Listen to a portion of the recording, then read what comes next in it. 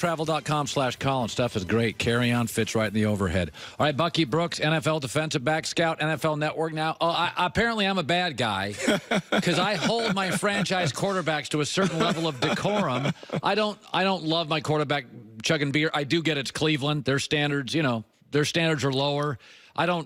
Russell Wilson wouldn't do this. I don't think Andrew Luck would do it. I know it's not the end of the world, but what was your takeaway? It's tough because ideally you wouldn't like your franchise quarterback kind of chugging beers. But I come from when I played in the mid-'90s, I played for the Green Bay Packers. Brett Favre regularly was out and kind of doing his thing. And I think part of the reason in Cleveland why they may be comfortable with Baker being okay with this is because everyone in the front office was in Cleveland when I was in Green Bay at the same time. So when Brett Favre was winning 3 MVPs, he regularly would go out. He and his crew would kind of hang out, but he performed on Sundays. And so as long as Baker Mayfield performs on the field, it won't be an issue. But the more stuff that he does off the field to attract attention, more pressure goes to his on-field performance, because if for whatever reason he slumps or he takes a step back from what he displayed during his rookie season, everyone's going to point to the little things off the field being a contributing factor to him not necessarily playing at the highest level. So Bob Wiley was not retained as the offensive line coach. Freddie Kitchens, moved on and hired different people. Wiley ripped Freddie Kitchens, the new coach of the Browns, saying, Greg Williams coached it, everybody else coached it, he didn't do anything. Now, it could very well, in my opinion, be sour grapes because he wasn't retained as a coach. By the way, Freddie Kitchens has come out today and said, I like him, I just didn't retain him, and kind of fired back at him. I do believe this is a team with a lot of young players and some highly dramatic players and an outspoken quarterback. Freddie Kitchens was a running backs coach not long ago for the Arizona Cardinals, and they were 30th in rushing when he was the running back coach. I don't know anything about him. I know he quarterbacked at Alabama. I remember that. What am I supposed to take about Freddie Kitchens? What do you know? What do you hear? What do you see? Well, I would say I was very impressed by the job that he did when he took over as the offensive coordinator. Now, there's no direct correlation between being a great offensive coordinator and a head coach, but based on what he did as an offensive coordinator, look, I think from a tactical standpoint, he's terrific. When I talked to coaches that were there when he took over as offensive coordinator, they said that he did a great job of soliciting input, that it wasn't just his show, that he allowed coaches to be coaches. He took it all in, and he did a good job of kind of putting the pieces of the puzzle together as an offensive coordinator.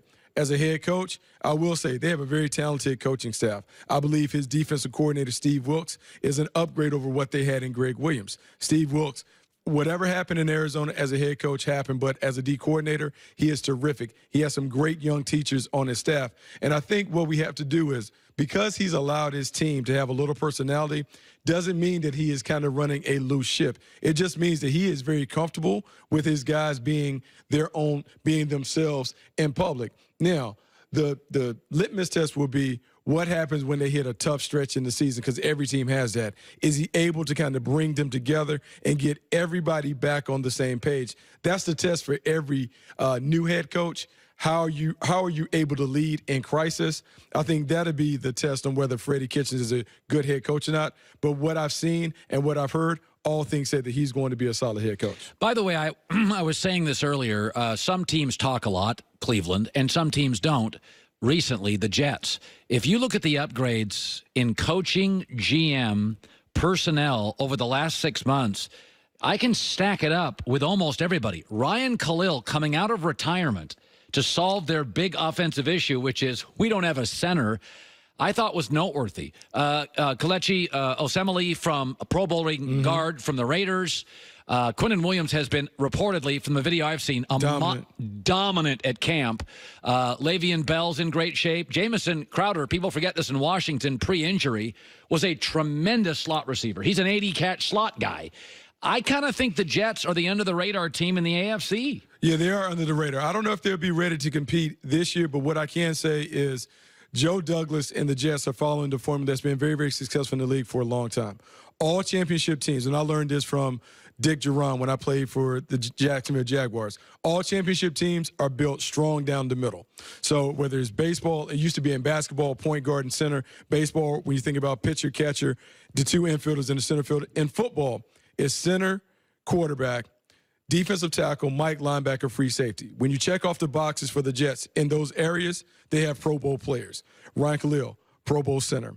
Sam Darnold looked like he has the potential to eventually be a Pro Bowl quarterback. On defense, Quentin Williams, Leonard Williams, those guys have the talent to be Pro Bowlers. C.J. Mosley, inside at linebacker. Jamal Adams is the energy player at safety, all-pro caliber player. So right there, they look like they should be a championship contender. Then with Le'Veon Bell, it's all about how does Adam Gase elect to play with this team. Does he put it on Le'Veon Bell early, which I think he should, to take some of the pressure off and allow Sam Darnold to grow and to being a franchise quarterback?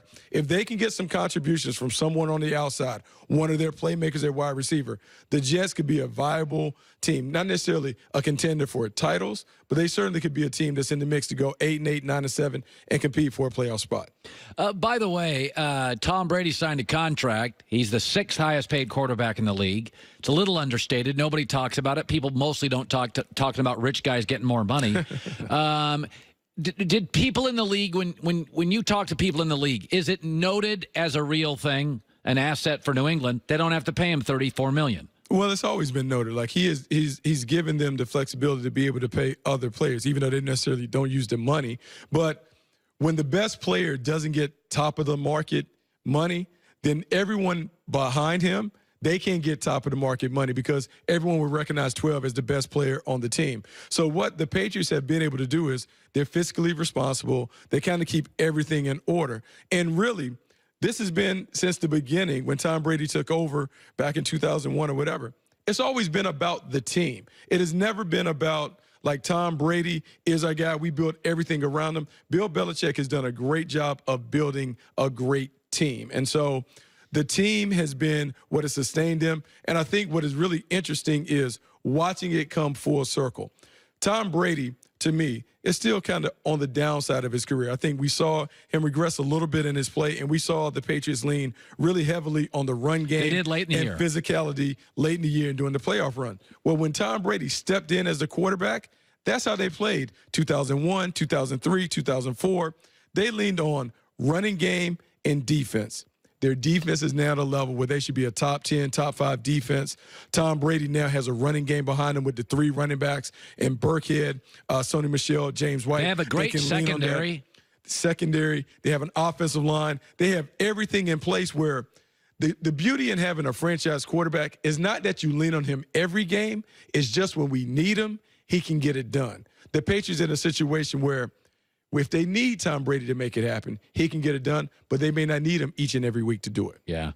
By the way, contract holdouts. Were you ever on a team with a long contract holdout?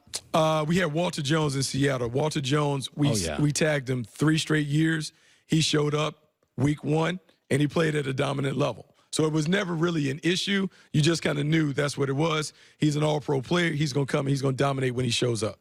Well, by the way, Trent Dilfer told me once, and he played with Jonathan Ogden, that Walter Jones was maybe the best football player I ever played with. Oh, he's dominant. He was awesome. That's why he's in the Hall of Fame. He was unbelievable. But he played in Seattle, and nobody cares, and it's up in the Northwest, right? Nobody talks about him. Nobody talked about it. And we weren't great then. We were kind of getting it back when Coach Holmgren had taken over. But look, Walter Jones was outstanding. By the way, when the guy's holding out, nobody's freaking out in camp, right? No, and it really just kind of depends. Like, players know, like, typically from a player's perspective, you never necessarily get into the business side of it when it's your own player. From management standpoint, sometimes they just kind of know this is the song and dance that you have to do. And eventually, maybe a week before camp, the player is going to show up. I think in Dallas's case with Ezekiel Elliott, I think what you heard from Jerry knows this is part of the game. It's not a contentious adversarial deal. Right. He knows, look, Zeke wants to get paid. He said, look, we'll get there. They'll get there when it's time to get it done. Melvin Gordon with the Chargers does not sound like they'll get there. No, that's different.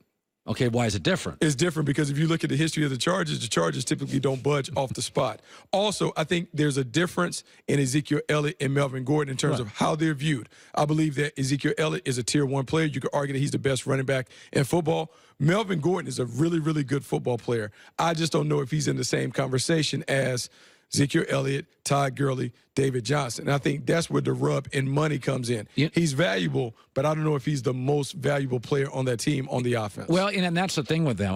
To me, when I look at the Chargers, I just don't think, even as much as I like Bosa, outside of Phillip Rivers, I just don't think they're beholden to anybody. I think they have 2 good corners.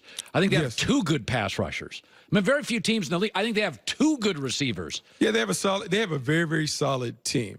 And the thing about the Chargers is it always runs through number 17. It always runs through Phillip Rivers. And so unlike the situation in Dallas where you would say Zeke is the engine to the Cowboys offense, Phillip Rivers is the engine. Phillip Rivers is what makes the Chargers go. And I think everyone around the organization knows that. So when Melvin Gordon wants to hold out, and look, rightly so, he wants to get paid. He deserves to get paid.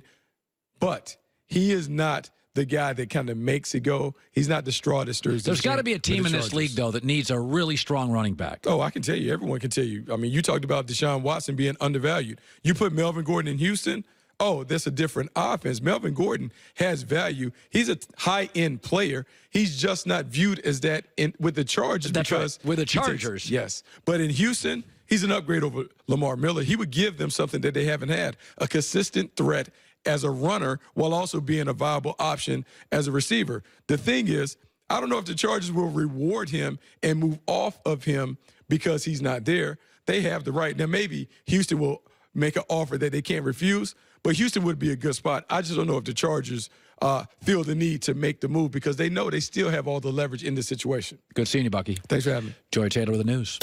No. Turn on